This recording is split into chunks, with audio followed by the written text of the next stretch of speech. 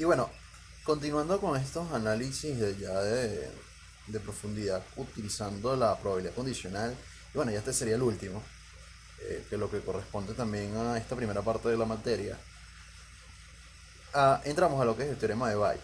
Fíjense, la estadística tiene realmente dos formas o dos ramas principales, por decirlo de esa manera, que se basan en cómo se utiliza la teoría de la probabilidad.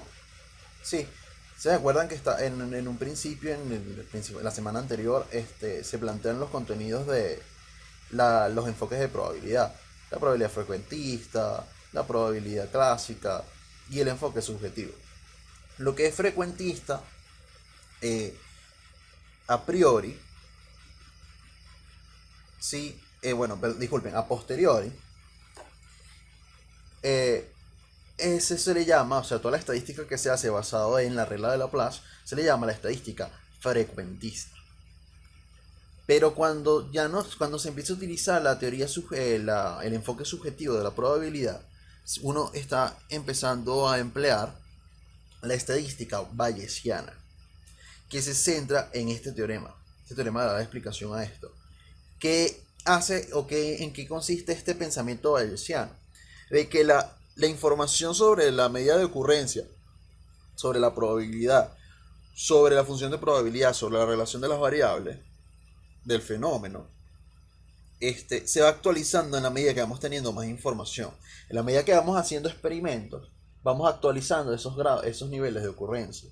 Que es en lo que consiste la teoría subjetiva. Que en función de la información que tú tienes, tú vas a asignar probabilidades. Y cuando esa información cambia, pues es lógico pensar que entonces las medidas de probabilidad se ajustan.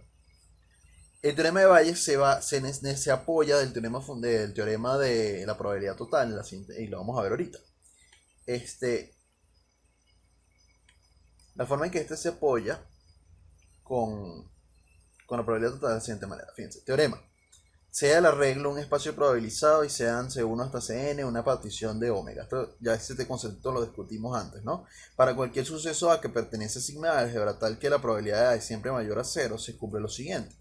La probabilidad condicional, fíjense que es al revés. Estamos trabajando con la probabilidad condicional de un elemento de esa partición dado el suceso A. Seguimos teniendo el mismo diagrama de árbol, ¿sí? Con los mismos elementos de la partición que ocurren primero hasta Cn y que tenemos la opción de que ocurra A o de que no ocurra A, según el sigma de álgebra planteado. El hecho acá es que aquí me falta un paréntesis. Ese es el primer hecho que hay que tomar en cuenta, que falta un paréntesis. Es una multiplicación de probabilidades. ¿Por qué? Porque si tú tienes la probabilidad condicional, ¿sí? Planteada de esta manera, uno sabe perfectamente que aquí en el numerador sería la intersección de CI con, con A, ¿no? Probabilidad de que ocurra el elemento de la partición CI y que ocurra el evento A.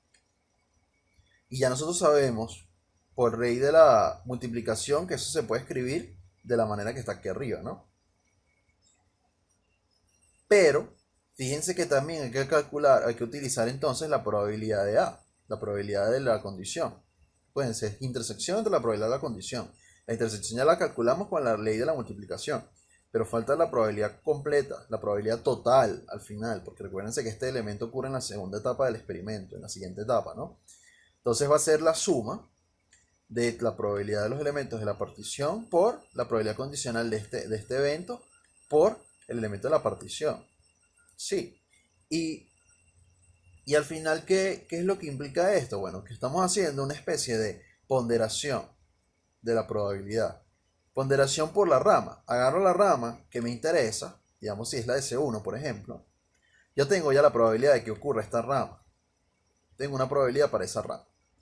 Pero luego necesito la probabilidad total porque también hay otros elementos de otras ramas. Es como si estuviésemos usando la regla de Laplace. Pero en vez de hablar de eventos, estamos hablando de probabilidades. Estoy agarrando todas las probabilidades que se centra en lo que me interesa a mí, ¿sí? y estamos dividiendo entre el número de opciones o ramas posibles, ¿no? Que serían todas las demás ramas donde resulta ocurriendo A. Sí, es decir, tengo mi caso favorable, mi evento favorable, que es que se dé la primera rama, la rama que me interesa, y lo estoy dividiendo entre la probabilidad total de que se dé cada una de las ramas. Como las ramas son mutuamente excluyentes, pues solamente sumamos las probabilidades.